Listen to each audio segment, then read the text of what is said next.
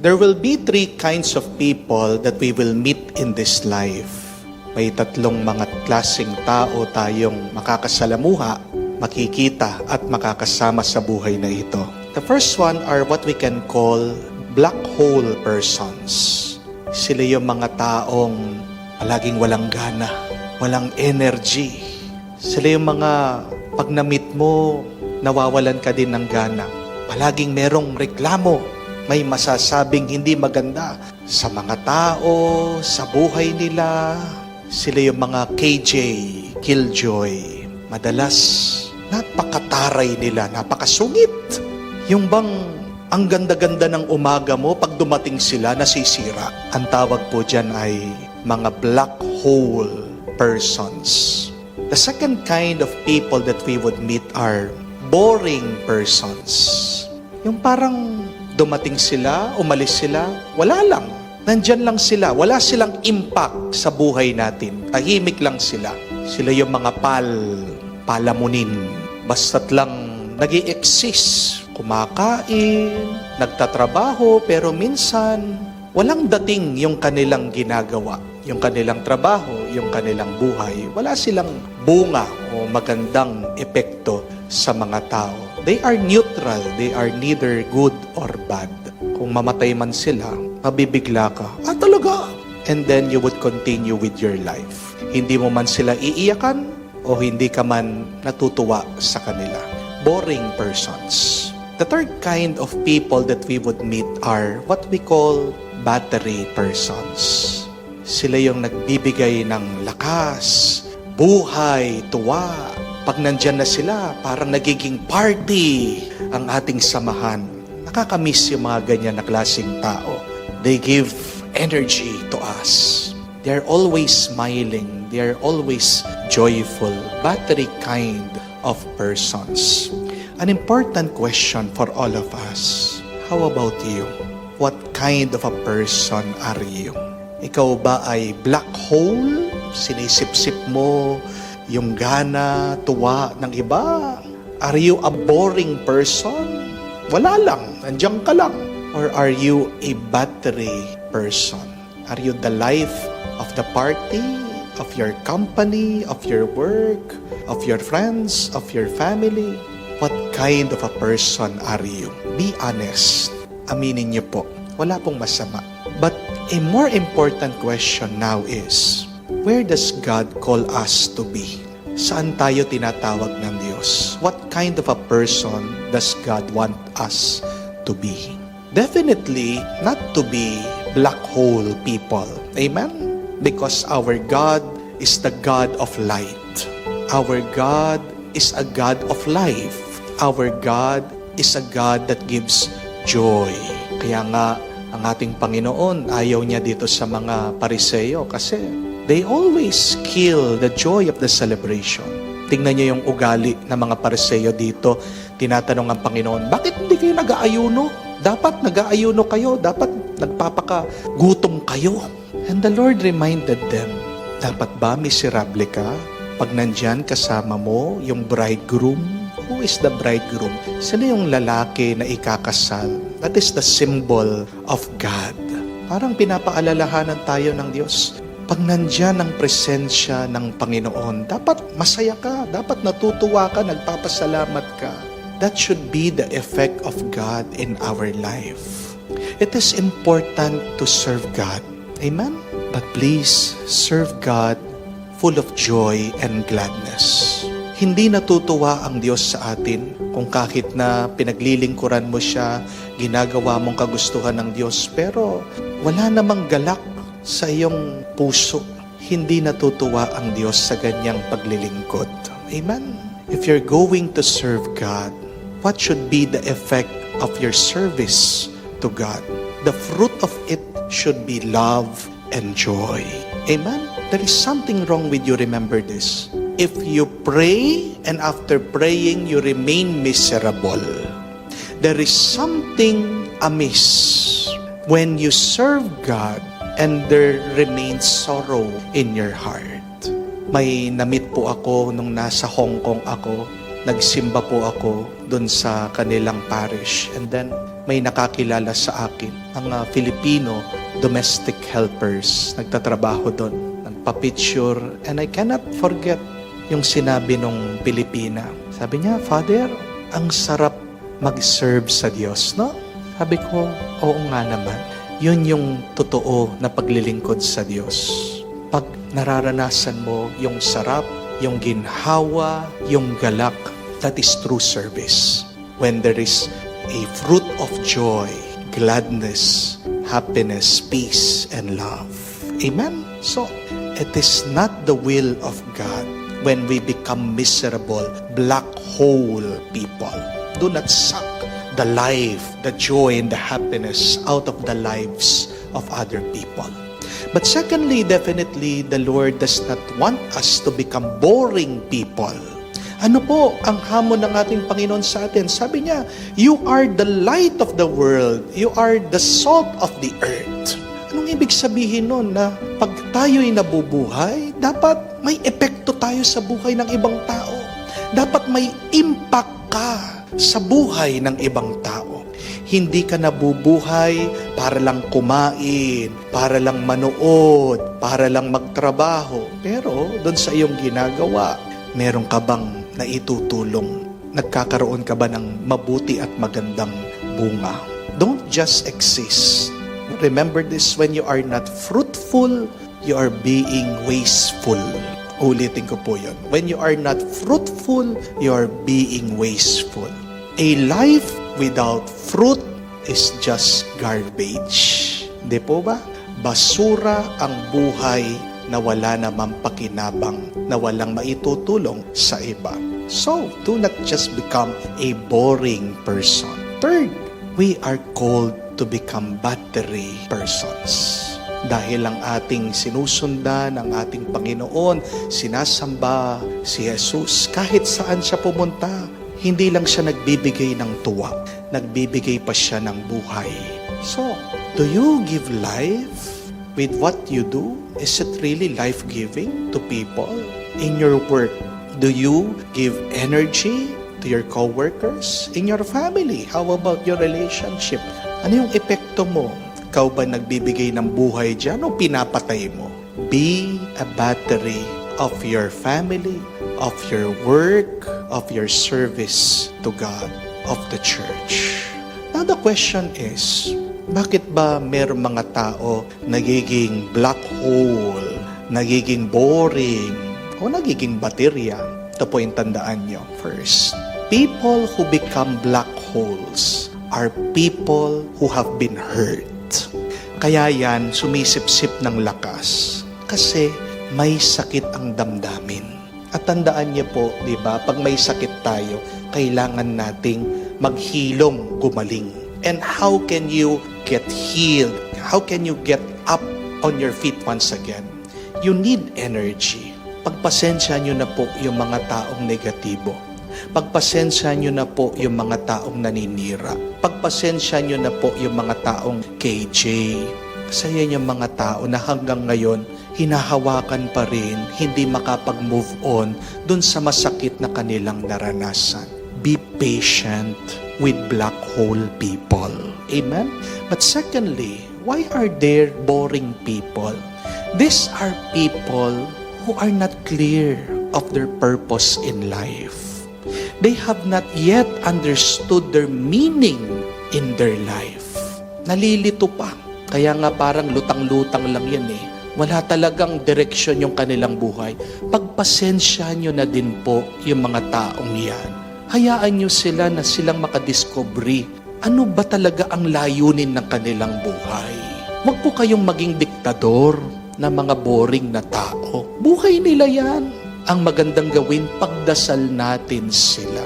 Na sana makita nila ang kanilang mithiin, sana makita nilang kahulugan ng kanilang buhay. Do not stop praying for the Holy Spirit so that the Holy Spirit can enlighten the mind of boring people. Amen? But third and lastly, who are the battery people? Bakit meron naman mga tao na talagang puno ng gana, puno ng lakas, napakasaya? Alam niyo po yung mga taong yan, usually sila yung mga taong napakarami nilang obligasyon sa buhay. Sila yung mga taong napakarami nilang responsibilidad. Sila yung mga taong madalas na puno ng pagmamahal. May minamahal yan, may iniingatan, may inaalagaan. They need the energy because somebody is hoping on them. Kailangan nila yung lakas kasi merong mga umaasa sa kanila. Kailangan nilang maging masaya para magpasaya do sa mga taong minamahal nila. Amen? So, please appreciate battery people in your life. Kasi kahit na gaano pa kapuno ng tuwa at gana ang isang tao, naubusan din yan. Di po ba? Napapagod din yan. Nangangawit din yan. At kung tayo man ay ubos na ng lakas, kung tayo man ay nawawala na ng tuwa at ng galak, allow God to recharge you. Kaya nga nandiyan ang Diyos para palakisin tayo, para bigyan tayo ng buhay, para bigyan tayo ng panibagong tuwa at ng galak. We thank the Lord for being our light always. We thank the Lord for being our life always. We thank God for being our energy always. My dear friends, pagod ka na ba? My dear friends, sawa ka na ba? My dear friends, litong-lito ka na ba? Huwag mong hayaan na yung pagod, yung pagkangawit, yung pagkalito na ubusin ka. Nandiyan ang Diyos, naghihintay sa atin at hayaan mo na punuin Kanya muli ng Kanyang bendisyon, ng Kanyang pagpapala at ng Kanyang pagmamahal.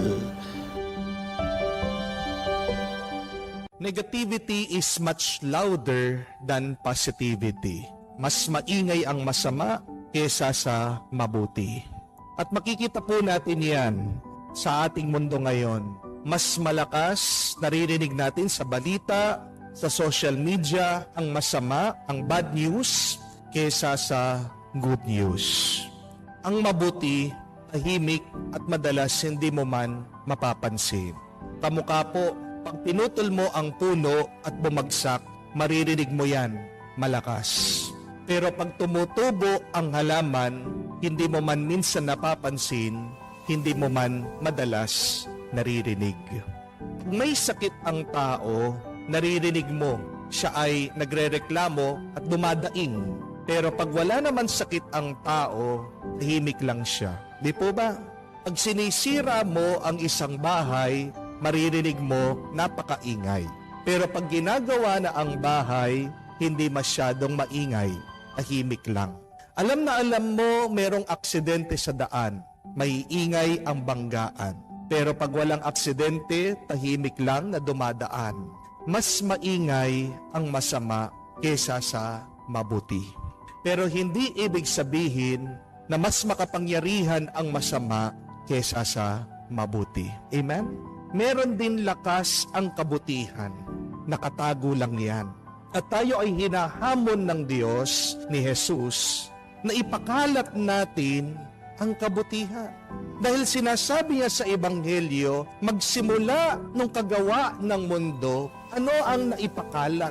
Ano ang lumaganap? Ito ay ang kasamaan. Magsimula dun sa magkapatid, si Cain at si Abel, meron ng away, meron ng patayan. Hanggang noong ginawa ang templo, mismo ang isang pari, si Zacarias, pinatay na mga tao, pinagbabato sa loob ng lugar sambahan. At tingnan nyo naman po, itong si Jesus, siya nang gumagawa ng tama, nilalapit niya mga tao sa Diyos, nililinis din niya ang templo, tinutuwid niya ang baluktot na pag-iisip ng mga Pariseo at Eskriba, pero sila pa ang galit, sila pa ang nagplaplano paano siya patayin. My dear friends, negativity is loud. And negativity is spread throughout all the world until today. Mag-ingat tayo. Pag ang kasamaan, siya ang naghahari dahil nakakahawa yan. Pag nag-aaway ang mag-asawa, hindi mo maiwasan pati ang mga anak na dadamay, apektado.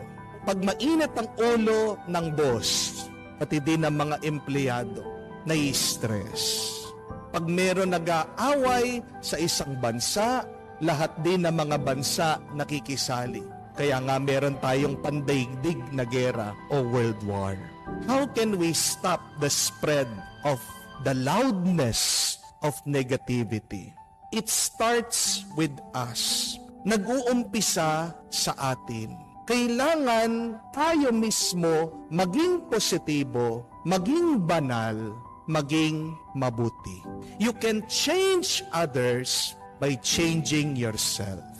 Yung kasabihan nga ay, be the change that you want to see.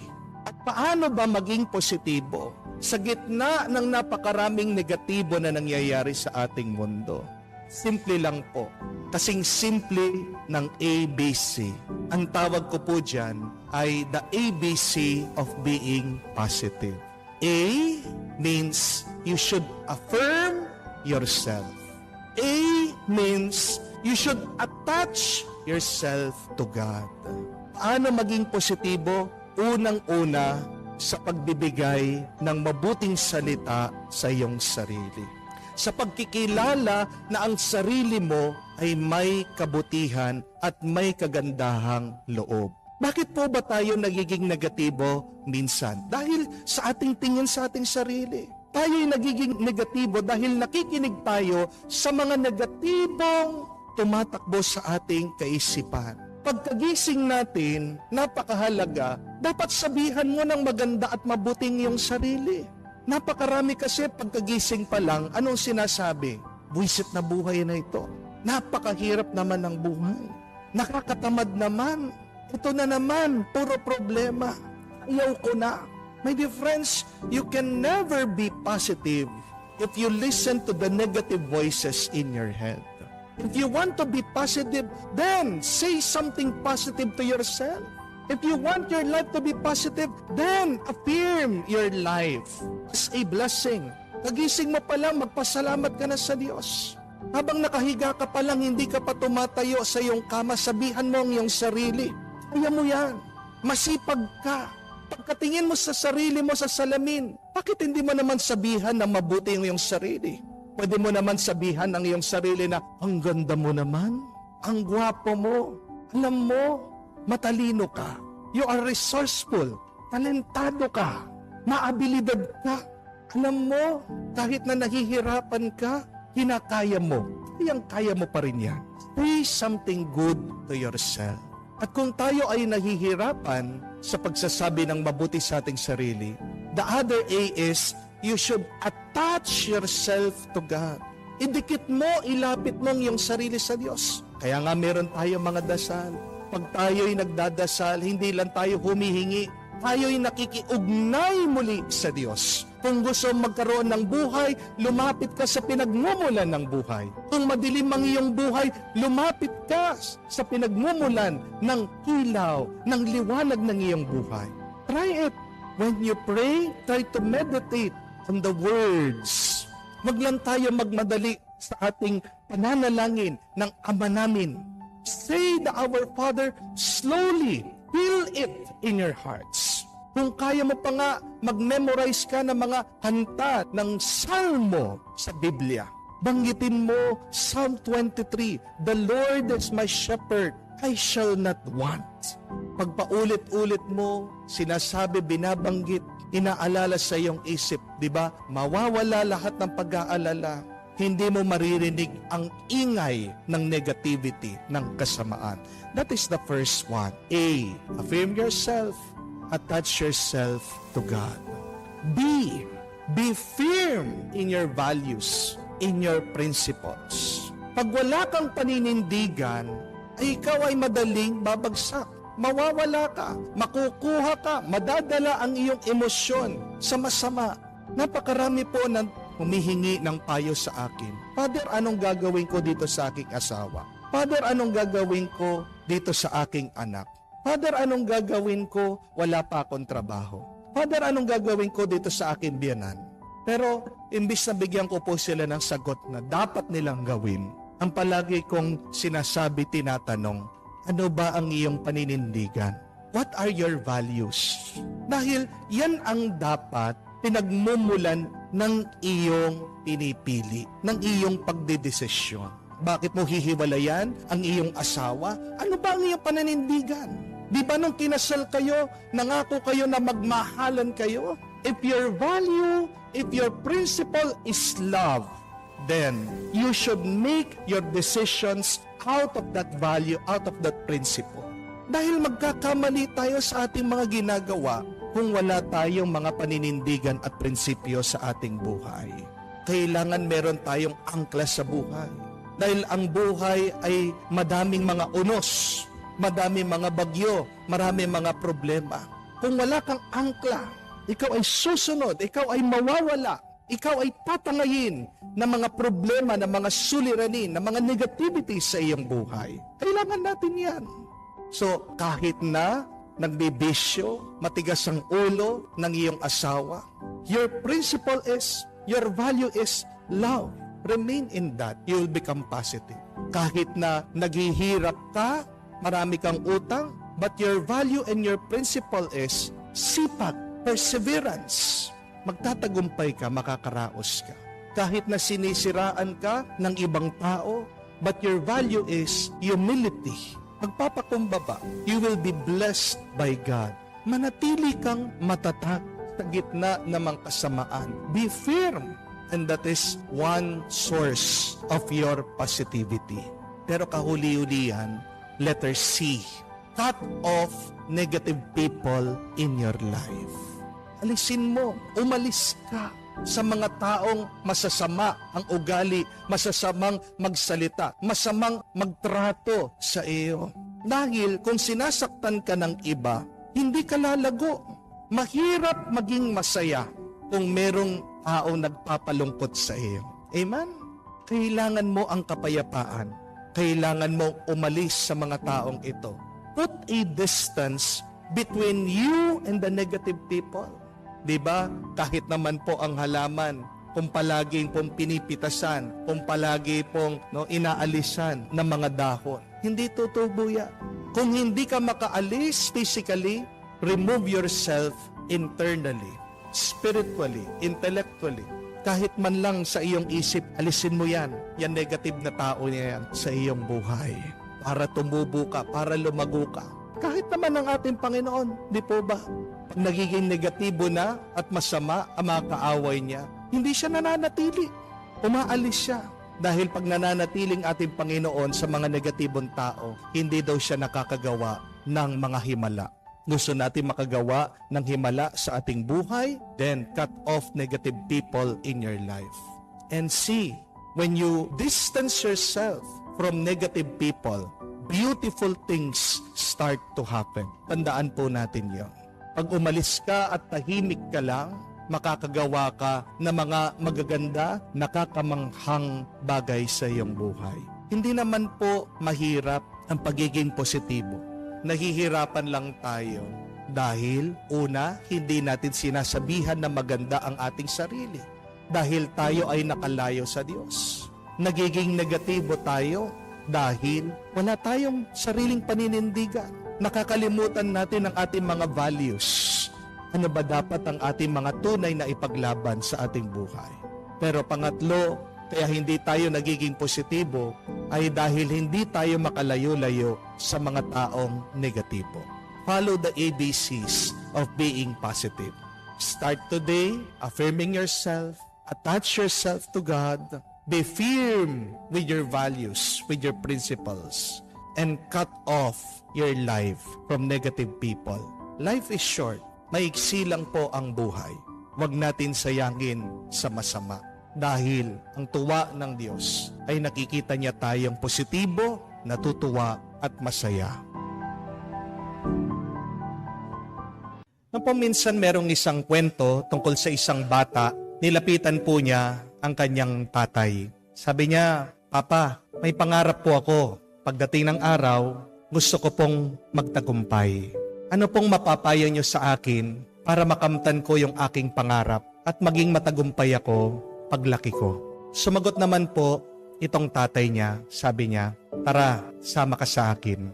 May papakita ako sa iyo." Sumunod naman po itong bata at pumunta sila doon sa kanilang bukid.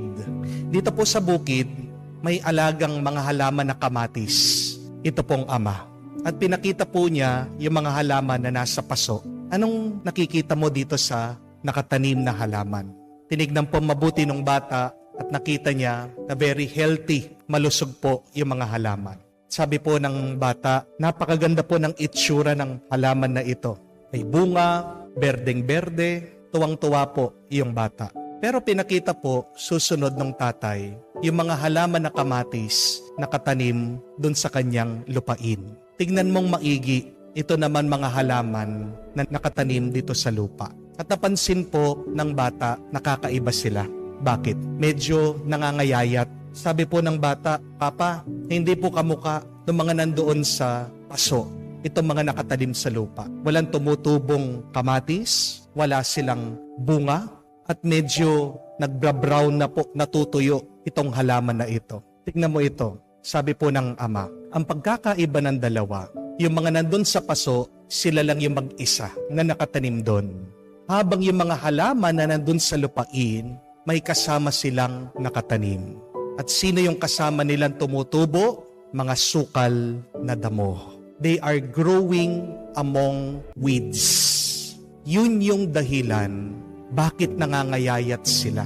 Yun yung dahilan bakit hindi sila malusog. Yun yung dahilan bakit hindi sila namumunga. Ngayon, ito yung payo ko sa iyo, sabi po ng ama. Kung gusto mo pagdating ng araw ay magiging matagumpay ka, lumayo ka at huwag kang makikisama sa mga sukal na damo. Sino ang mga taong ito? Yan yung mga negatibong tao. Dahil ang mga negatibong tao, yung mga haters, yung mga bashers, yung mga palaging nag-iisip ng masama, yung mga palaging may sinasabing hindi mabuti tungkol sa iyo, hihigupin nila ang lakas mo. Sila magiging balakid sa iyo para makamtan mo ang iyong pangarap. Sila ang magiging dahilan para hindi ka maging mabunga sa iyong buhay. Yun yung pinakamahalagang payo ko sa iyo. Umiwas ka sa mga negatibong tao. At hindi po ba, kung babalikan niyo po ang mga kwento sa Ebanghelyo, yan naman palagi ang ginagawa ng ating Panginoon. Kamukha na lang po sa nabasa nating Ebanghelyo ngayon. Ang ating Panginoon, siya na nga nagpagaling dun sa taong pipi. Napaalis niya yung masamang espiritong sumanib dun sa tao. Naging mabuti ulit yung tao, nakapagsalita muli yung tao. Namangha na nga lahat ng mga tao dun sa nakita nilang pagpapagaling ng ating Panginoong Jesucristo. Pero nandun din kasama nila yung mga Pariseo, yung mga kaaway ng ating Panginoon. At nakapag-comment pa sila. Sinabi nila na nagkakaroon lang ng kapangyarihan ng ating Panginoon magpaalis sa mga demonyo dahil siya ay tinutulungan din ng prinsipe ng mga demonyo. Pero tingnan nyo naman po, balikan nyo ang kwento. Narinig din ng ating Panginoon yon. Alam din ng ating Panginoon yung negatibong sinasabi nila tungkol sa Kanya. Alam din ng ating Panginoon na may naninira sa Kanya. Pero sinagot ba niya ang mga taong ito? Hindi. Pagkatapos niyang narinig yun, mababasa natin sa kwento na umalis siya at pinagpatuloy niya yung kanyang misyon sa mga ibang baryo. Nangaral pa rin siya. Nagpagaling pa rin siya ng may sakit. Nagpaalis pa rin siya ng mga masamang espiritu. Ibig sabihin, hindi nagpa-apekto ang ating Panginoon dun sa negatibo nilang salita. Ang ating Panginoon naging bingi dun sa masama nilang sa salita. At yan din po ang paalaala sa atin. My dear friends, be deaf to the negative talks of other people. Huwag mong bibigyan ng oras at ng pansin yung mga naninira sa iyo. Huwag mong sasagutin yung mga taong may sinasabi na ayaw sa iyo kasi they are not worth your time. Lalong-lalo na Pag sinagot mo sila, mauubos lang ang lakas mo, masasayang ang oras mo na pwede mo namang gamitin sa iba pang mas makabuluhan at mabuting bagay. Again, do not waste your time with negative people, with your haters, with your bashers, because these people stops you from achieving greatness, success, and holiness in your life. Pansinin niyo po ito, tingnan niyo po ito. Bakit ba minsan sa ating buhay, meron tayong mga haters, meron mga taong ayaw sa atin?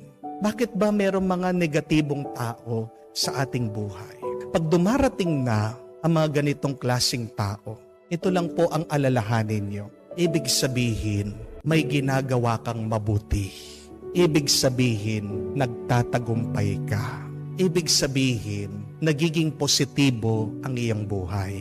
Amen? Because you will never have negative people if you are doing something negative in your life. The mere fact that you have negative people means you are doing something positive with your life. Amen? Tandaan niyo po ito. Sa paligsahan, pag ang tao, pag ang atleta na nakikipaglaban, malapit na sa katapusan, malapit na siya sa finish line, malapit na siyang magtagumpay. Yun yung panahon na mas maraming tao na nagbubu sa kanya. Di po ba? Kasi meron mga ibang tao ayaw siyang manalo. Meron silang ibang chinicheer. Meron silang ibang gustong manalo. Tandaan niyo po yan. Pag meron ka naririnig na hindi maganda tungkol sa iyo, galing sa ibang tao, anong ibig sabihin yan? Isa lang, nagtatagumpay ka. May ginagawa kang mabuti. Hindi niyo po ba napansin? Kung nagninegosyo kayo, may business kayo, sinong hindi tumatangkilit sa inyo? Sinong hindi bumibili sa inyo? Yung inyong mga kamag-anak. Kung man bibili sa inyo, hihingi pa ng discount. Di po ba? Konti na lang, hihingin, ayaw nila na kumita ka. Di ba? No? Di niyo po ba napansin? Pag meron kayong bagong gamit sa bahay, o napagawa mo ang iyong bahay, o nakapagbakasyon ka, pag pinost mo yan sa Facebook, ang totoo, meron mga iba sa group chat nila, pinag-uusapan ka. Amen? Bakit? Naiinggit sa'yo eh. Di po ba? Di niyo po ba napansin? Pag maganda ka, pag gwapo ka, siguradong may nakataas na kilay. Bakit meron mga negatibong tao sa ating buhay? Ang dahilan, tayo ay namumunga ng mabuti. Huwag mo silang papansinin. Huwag mong uubusin ang oras mo sa kanila. Huwag mong sasayangin ang panahon mo sa kanila. Because you have better things to do in your life. You have a mission to do. Kung bibigyan mo sila ng oras at panahon, baka hindi mo makamtan yung iyong tagumpay sa buhay. Baka masira pa ang iyong mga plano at panaginip. Kaya piliin niyo po ng mabuti yung mga taong pinakikinggan niyo at pinakikisamahan niyo. Piliin mo yung mga taong nagbibigay sa iyo ng tuwa at saya. Puntahan mo yung mga taong susuporta sa iyo. Tandaan mo, kung man makakarinig ka ng masamang salita galing sa ibang tao, nasa iyo na lang kung hahayaan mo yang manatili sa iyong isip, sa iyong puso. Ang susi sa iyong isip at puso, hawak mo. Huwag mong ibibigay sa ibang tao. Ano naman ang magandang gawin sa mga negatibong tao? Dito sa mga toxic na tao. Alay mo sila sa Diyos. Pagdasal mo sila sa banal na Spirit.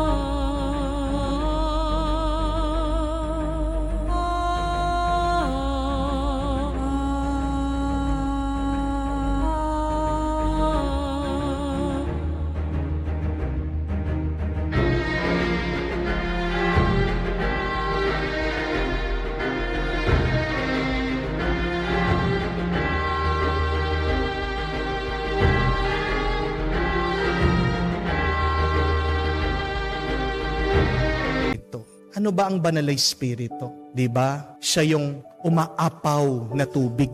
Pag ang tao toxic na, anong ibig sabihin ng toxic? Lason na siya. Paano mo maaalis yung lason? Kailangan mo yan hugasan. Di po ba? Kailangan mo yan linisin. At ano ang panlinis natin? Ang salita ng Diyos. Ang grasya ng Diyos.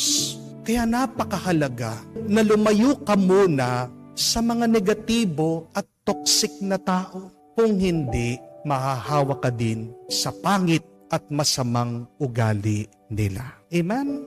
My dear friends, God has planted something good in you. All of us has a good purpose that needs to be done in this world. God has given us a mission here on earth. At hindi mo magagawa ang kagustuhan ng Diyos kung palagi kang nakikipag-away sa mga negatibong tao. Amen? Kaya nga, buhos mo lahat ng lakas mo diyan sa panaginip mo, diyan sa pangarap mo, diyan sa misyon na pinapagawa ng Diyos sa iyo. Hayaan mo yung mga taong may masamang isip, masamang magsalita. Pero ikaw, magpatulong ka sa Diyos. Makikita mo, magiging mabunga ka, magiging matagumpay ka.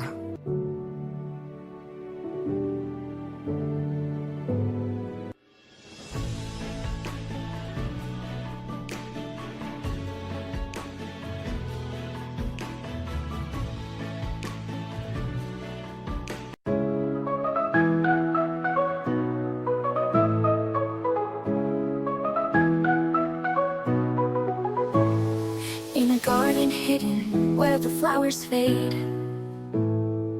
memories lie still in the silent glade. Petals once so vibrant, now a muted hue. In the garden of forgotten flowers, I find thoughts of you. The roses once so red, now a quiet gray. Whispers of the past in the light of day. Each blossom tells a story of love that used to be. In the garden of forgotten flowers, I find thoughts of you.